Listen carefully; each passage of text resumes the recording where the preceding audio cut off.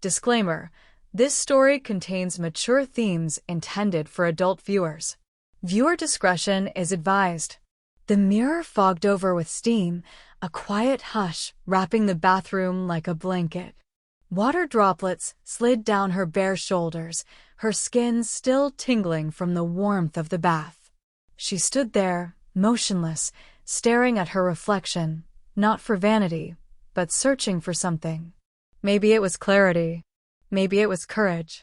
The door creaked open. "Let me dry you," he said softly, a towel in hand, his voice calm, too calm. It should have been a sweet moment. Tender.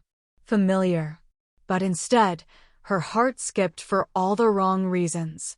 His name was Marcus. Tall, patient, the kind of man women admired from a distance. He had a way of saying the right things, always just enough to make you feel seen, but never enough to really let you in. And yet, she fell for him. Or at least, the idea of him. Her name was Elena. A freelance illustrator, sensitive to small things like when he stopped texting her goodnight or when his eyes darted too quickly away when she asked, "Are you okay?" She was soft, romantic, maybe a little too forgiving. They had been living together for 8 months. From the outside, it looked like love, brunch photos, matching mugs, even a dog named Luna. But lately, everything had started to feel staged. Like they were rehearsing lines in a play they hadn't written. He reached for her arm with the towel, brushing it slowly down her skin. She didn't stop him, but she didn't meet his eyes either. Because something had changed. She could feel it in the way he lingered near his phone at night. In how often he worked late, without a trace of exhaustion. And, worst of all, in the growing silence between them, not loud, not violent, just cold. Elena wanted to believe it was just a phase. Maybe she was overthinking again. Maybe he was just stressed. But when she saw the half-erased lipstick mark on the inside of his white dress shirt that morning, one she hadn't left, something inside her cracked quietly. Still, she said nothing. She let him dry her. Slowly, carefully, intimately, as if nothing had happened. As if love was still living between them. Then, just as he folded the towel, he said it, almost like a whisper, about last night. "I need to tell you something." Elena's heart froze. What exactly happened last night? Elena turned slowly, water still glistening on her skin. Her gaze searched his not for the words, but for the truth behind them. Marcus stood still, towel now idle in his hands, his breath held like a man at the edge of a confession. She wrapped the towel tighter around herself. "What do you need to tell me?" she asked, her voice quiet but steady. Marcus looked down for a second, almost like he was rehearsing. He always did that, think too long before speaking. It used to comfort her. Now, it only made her wonder what he was trying not to say. "I saw Claire yesterday. That name again." Elena's stomach tightened, not in anger, but in dread. Claire. His coworker. The one who laughed too loudly at his jokes, who texted at 1 a.m. with things that couldn't wait till morning. "For work?" she asked. He nodded. "Yeah, sort of." Then his silence lingered, twisting the air between them. Elena moved past him slowly, walking into the bedroom, the air cooler on her damp skin. She grabbed a robe from the chair, slipped into it without turning on the lights. Marcus followed her, but kept his distance, like a shadow unsure of where to rest. They weren't touching now. But the tension? It was thick. Not angry. Not passionate. Just complicated. "I didn't sleep with her," he said suddenly. Elena laughed softly. Not because it was funny, but because that wasn't the first thing she was thinking. "You didn't have to say that," she replied, staring out the window, her reflection faint in the glass. He stepped closer, the wooden floor creaking beneath his weight. "I know what you think, Elena. I know things have felt off. Off. Such a small word for what she felt, like the slow erosion of something sacred. "I miss us," she whispered. I miss when you used to want me just because, not because I was in the room. Marcus swallowed hard. I still want you. Do you? She turned toward him, finally, eyes glossed over with something between sadness and hope. Or do you just not want to lose me yet? Silence. His expression cracked for a second, revealing more than he said. And in that tiny pause, she knew something was broken. And neither of them had the words yet to name it. But they weren't done. Not yet. The room was quieter than before, but not peaceful. It was the kind of quiet where truths hang unsaid and silence stings more than raised voices. Marcus sat on the edge of the bed, elbows on his knees, staring at the floor like it might offer some kind of answer. Elena stayed by the window, arms crossed, robe clutched tightly around her, not for warmth, but for armor. He finally spoke. It wasn't supposed to mean anything. Elena didn't flinch. What wasn't? He looked up, tired eyes meeting hers. The way I've been with her. The texting. The little conversations that turned into hours. He paused. I didn't cross a line. Not technically. That word technically landed like a slap. She moved to the dresser, busying her hands with a necklace she hadn't worn in months. It was Marcus's first gift to her, delicate, silver, chosen with care. Now it felt too light to hold the weight of what they were becoming. Emotional cheating is still cheating, she said, not accusing, just tired. You don't have to sleep with someone to stop being mine. He stood, a little too fast. I didn't mean to pull away from you, Elena. I started missing the way she made me feel, like I was still exciting. Wanted. Elena turned to him. Her face wasn't angry, it was worse. It was understanding. Because deep down, she'd felt it too. The slow fade of desire. The nights spent scrolling beside each other without speaking. The way their kisses had become routine. I wanted that from you, she whispered. I still do. And there it was, a flicker. The fragile thread still connecting them. Just then, her phone buzzed on the nightstand. A simple message from her old friend Daniel. Thinking about you. Hope you're okay. Marcus saw the name flash across the screen. He didn't ask. But the tension in his jaw, the way his eyes flicked back to hers, it was enough. So he did still care. She turned the phone face down, slowly. I never replied to him. Not once. He nodded, but his voice was low. But you thought about it. She didn't answer. They stood there, two people tangled in feelings they hadn't learned how to speak out loud. Regret, desire, loneliness, fear, and maybe love, still. Somewhere under all the dust. Downstairs, Luna barked once, as if sensing the shift upstairs. Outside, the sky darkened. Inside, they stood in silence, hearts full, eyes tired, both wondering if they'd already crossed a point they couldn't come back from.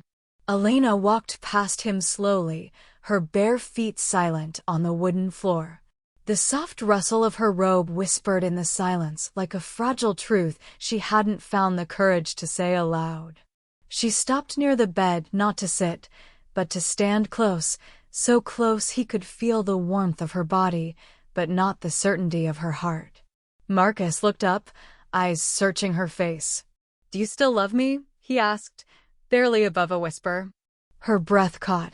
The question wasn't simple. Not anymore.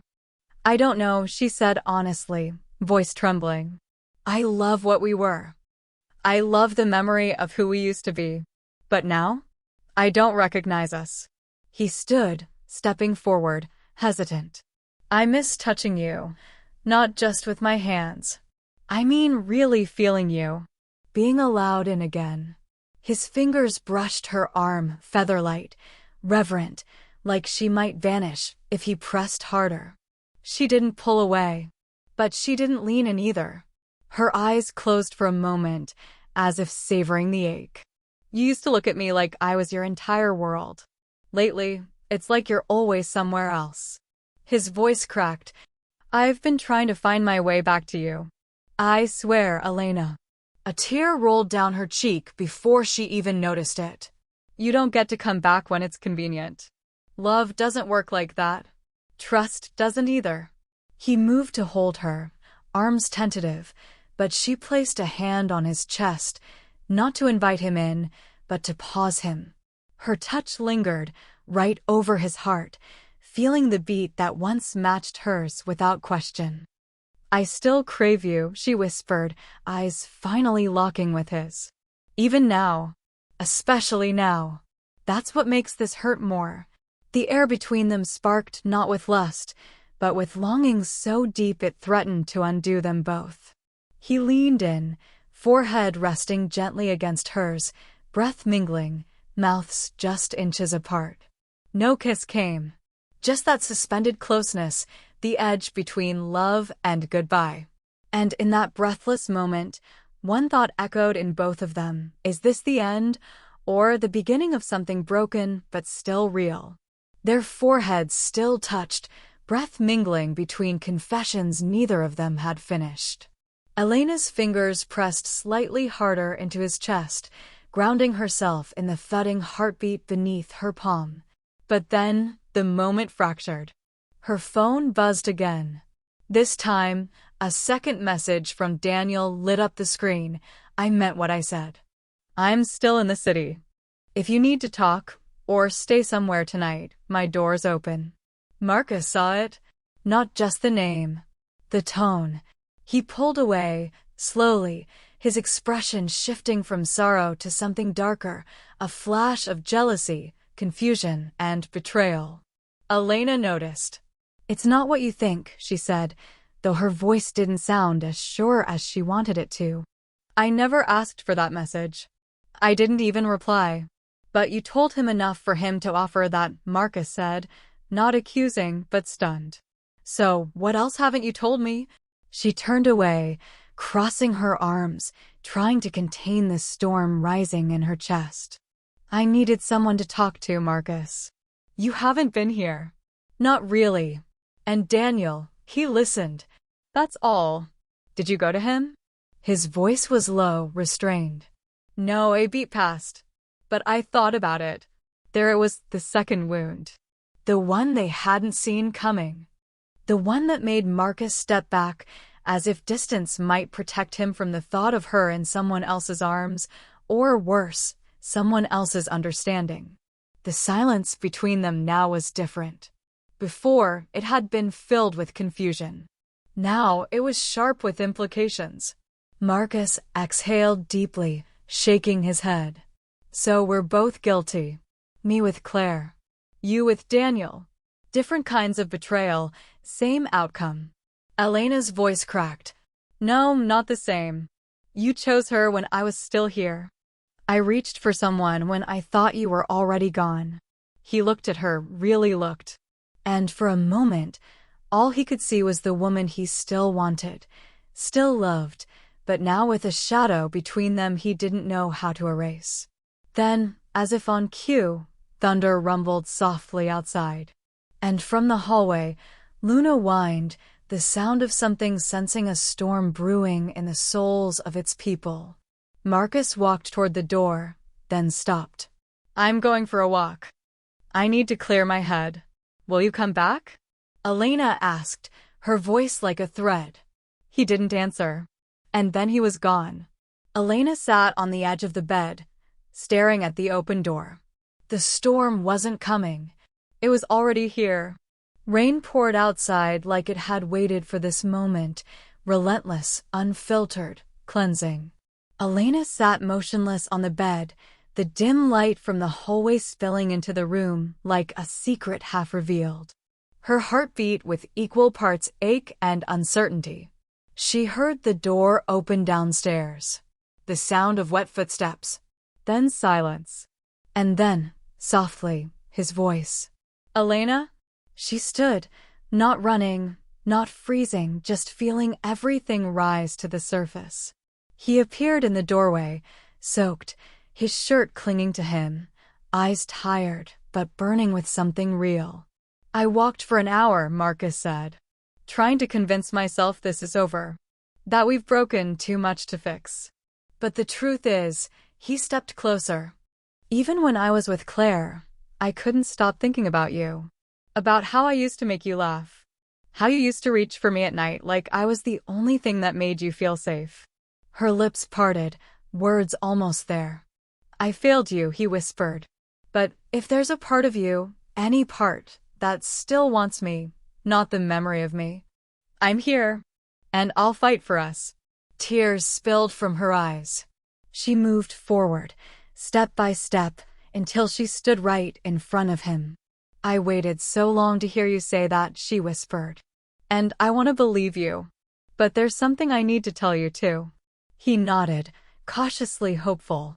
She reached into the drawer, pulling out a small, folded letter. Handwritten, worn at the edges. She handed it to him. Marcus opened it, his eyes reading quickly. Then slowly. If you're reading this, you've come back to me. And you deserve the truth. His expression shifted, stunned, then confused. I wrote it 3 weeks ago, she said. The day I found out I was pregnant.